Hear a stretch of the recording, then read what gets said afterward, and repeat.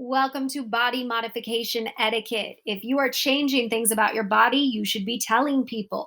If you are cutting your hair, if you're coloring it, you want to have communication about that.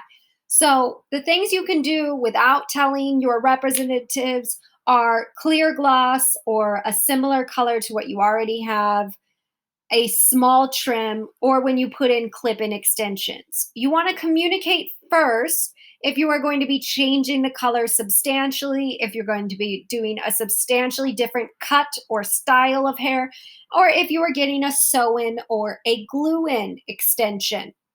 You want to communicate these things because you may already be booked for things that want you as your current look and not the new one that you're about to become.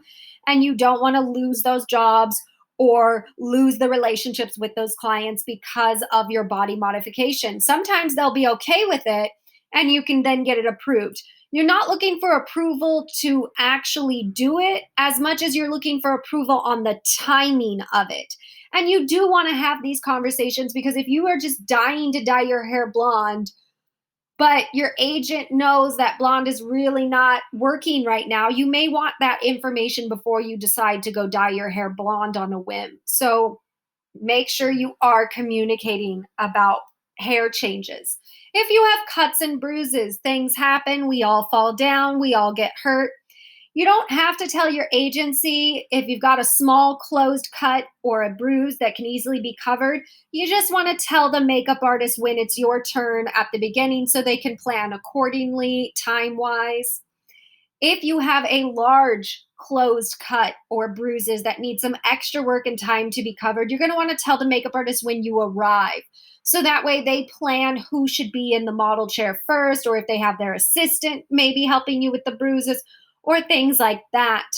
If you have open cuts, you probably shouldn't be going to work because that cut can get infected. You don't know what kind of clothing it's going to be. But if it's easily something that you can hide, of course, like put a band aid over it. I'm talking about like huge injuries, like very large, massively large injuries. Then you need to tell your agency or the client, if you do not have an agency, as soon as possible. So if you are getting a cast put on, if you had some huge swelling because of whatever got hurt, or if you have stitches, then you need to tell your agency about this so they can replace you on jobs. It's not the end of the world. Things happen, but it is bad when you don't communicate. The part they're going to get mad at is the lack of communication, not the fact that you got hurt.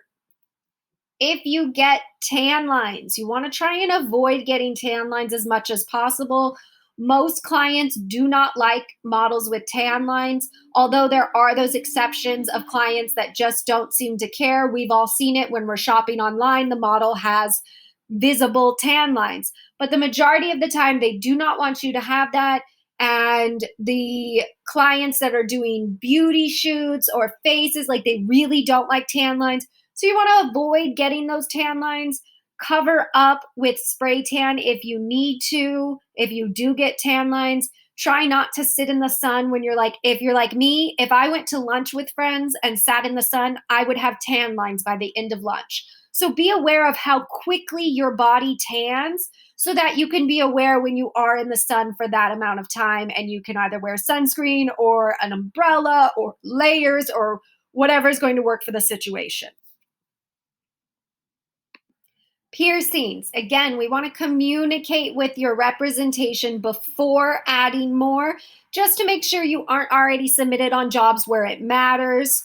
You want to keep simple, non-flashy hardware in your jewelry so that way if it is requested, you have it, you already own it. You don't have to wear it 24/7 if you don't want to, but at least own some type of hardware that you would be able to then put in and shoot with if you're not comfortable with having the holes out, or if the holes are really stretched and it's obvious, so you need to have hardware in there. Hardware that doesn't snag or catch onto clothing is also very important. So if you've got like a belly button ring, you don't want to have one that has a lot of gemstones on it because it can get snagged on clothes. I'm sure you've experienced that if you have these kinds of piercings. So just make sure you are aware of your piercings and the hardware you are wearing and communicate before adding any more. Same goes for tattoos. Communicate before you get them. Keep a photo after you've gotten them on the phone, a clear, nice photo of it, especially if it's an area you can't easily take a photo of it on request, so that if a client asks to see it, so that they can decide whether they're going to have it in the shoot or whether or not they're going to send it to the makeup artist to figure out the timing and the products they need to cover it. You want to have that photo readily available. You also want to learn how to cover them up yourself with makeup and buy those products, so that if there is a job that says, wow, we really wish they didn't have tattoos, you could be like, well, I can cover them. And they might be like, that's awesome. So learning that is a great skill to have. Lash extensions. If you want to shoot things like beauty and makeup and jewelry bookings, I do not suggest getting lash extensions. A lot of clients do not like them. They even write in the breakdown they do not want you to come to the casting if you have those extensions. And to take them off all the time last minute for jobs can be a waste of your money and dangerous for your lashes, your real lashes. So I don't suggest getting them. Again, if you are a model who's not doing these kinds of things, or you know that the clients you work with love you having lots of makeup on 24/7 and having that heavy eyelash look, then that doesn't apply to you. Everything in the modeling industry is a case by case basis. Plastic surgery. You absolutely want to communicate before getting any plastic surgery. If you are getting plastic surgery, I suggest you aim to only enhance rather than change your looks. Your looks are already beautiful. If you want to change a few little small things the same way we change with makeup and hairstyling, then that is your business. But changing your entire look may not be the best choice. Definitely communicate with your agents. And if you are getting plastic surgery, don't be cheap about it. Get a lot of referrals, get multiple opinions, take your time figuring out what exactly you want to get done and what doctors you want to go with. Get reviews, look them up online, do all of your research and make sure, because it's not something that is cheap or easy to fix. And a lot of times you have seen that when people try and fix things that have gone wrong, it just looks 10 times worse. So don't be cheap, get multiple opinions, and book out as soon as you know that you are getting it with the right amount of downtime, and be communicative with your representatives about how much time you will need off. I myself did get plastic surgery. I got breast implants. I have a rib cage deformity. It is called pigeon's chest, and you can see a little bit of how my ribs kind of poke out far from my body. And so I knew I was always going to get a little bit of an implant to help kind of offset those rib cage that is sticking out. And because everyone in my family had always had small breasts and then purchased their breasts. So I knew that I wouldn't naturally grow them. I had always wanted them. So I made that decision. But do not let an agent pressure you into this. If you don't want to do it, don't do it. I did ask my agent and was given some recommendations of what doctors to go to and a discount through those doctors. So that is always an option for you. And they may know plastic surgeons who are experienced in working on body types like yours. For me, I was looking for someone who knew how to work on bodies with little to no fat on the chest area. I carry my fat in my butt and my thighs, not on my chest. And I didn't want my breasts to look like you had just cut a melon in half and attached them to my body. And I wanted somebody who could make that happen. So I purposely went with somebody who had worked on ballerinas who tend to have no fat on their chest. I got a 175cc under the muscle.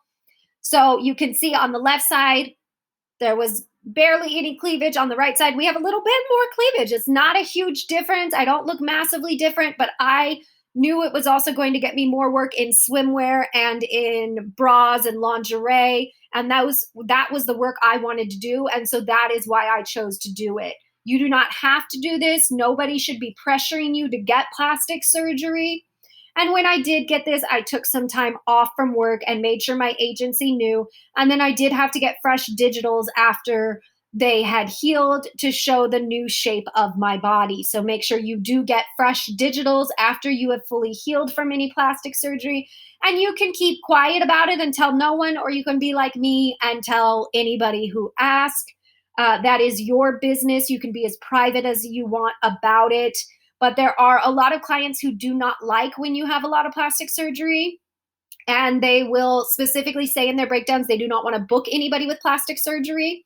And with breast, especially at the time when I got mine, there was another model at the agency who got hers at a cheaper place, and they looked really bad. They ended up going bigger than she wanted, and it did look like you had taken a melon, cut it in half, and just attached it to her. You could literally see the outline of the implant. It looked like it was stretching her skin in a bad way.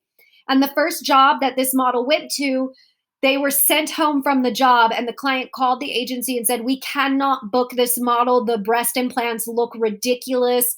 We can no longer work with this model." And the model ended up having to go back under the knife a second time, pay for a second surgery, deal with recovery a second time to get them done smaller and more natural looking so that they could continue to work. So this is why I say, like, take your time and make sure you get the right doctor and don't be cheap, because this model was trying to save money and ended up spending more than I did and risking their life twice by going under the knife. And it's just not worth it. So if you are interested, take your time, get reviews, don't be cheap, but also don't feel pressured to get any plastic surgery. You do not need it. I also got Invisalign. This is, again, a body modification.